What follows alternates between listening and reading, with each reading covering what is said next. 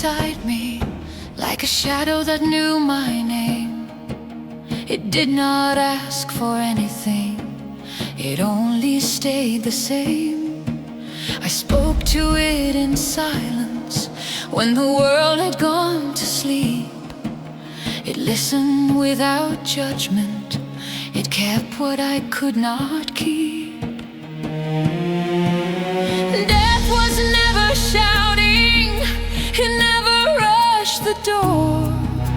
It waited in the quiet where I had been before. Not as threat or fury, not as a blade or fire, but as a still reminder of how brief is every wire. I watched the hours empty, I watched the faces fade. Loneliness became the language in which my prayers were made. I learned how absence weighs more than any spoken truth, how missing someone living can wound as deep as loss of youth. Death moved through my thoughts like a cold but honest wind. It asked me what was finished and what had not begun. I saw myself reflected in everything that ends, in wilted light and fading breath, in lovers and in friends.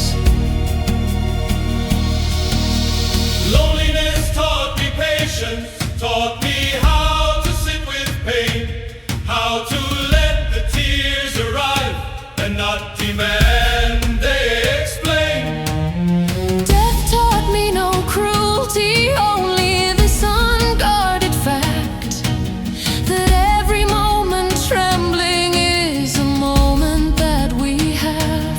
I have held both in my arms, not by choice but by the road. Loneliness and death together, sharing half the load. They stripped me of illusion, of the masks I used to wear.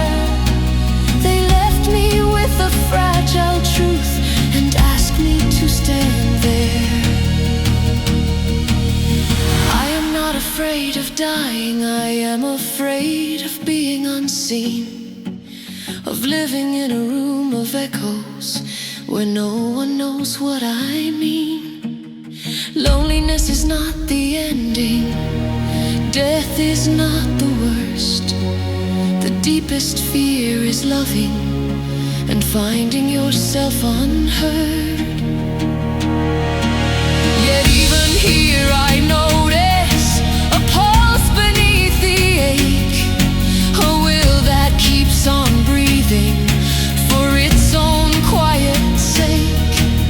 Perhaps death is only silence, loneliness only a test, and what survives between them is the part that loves the best. So I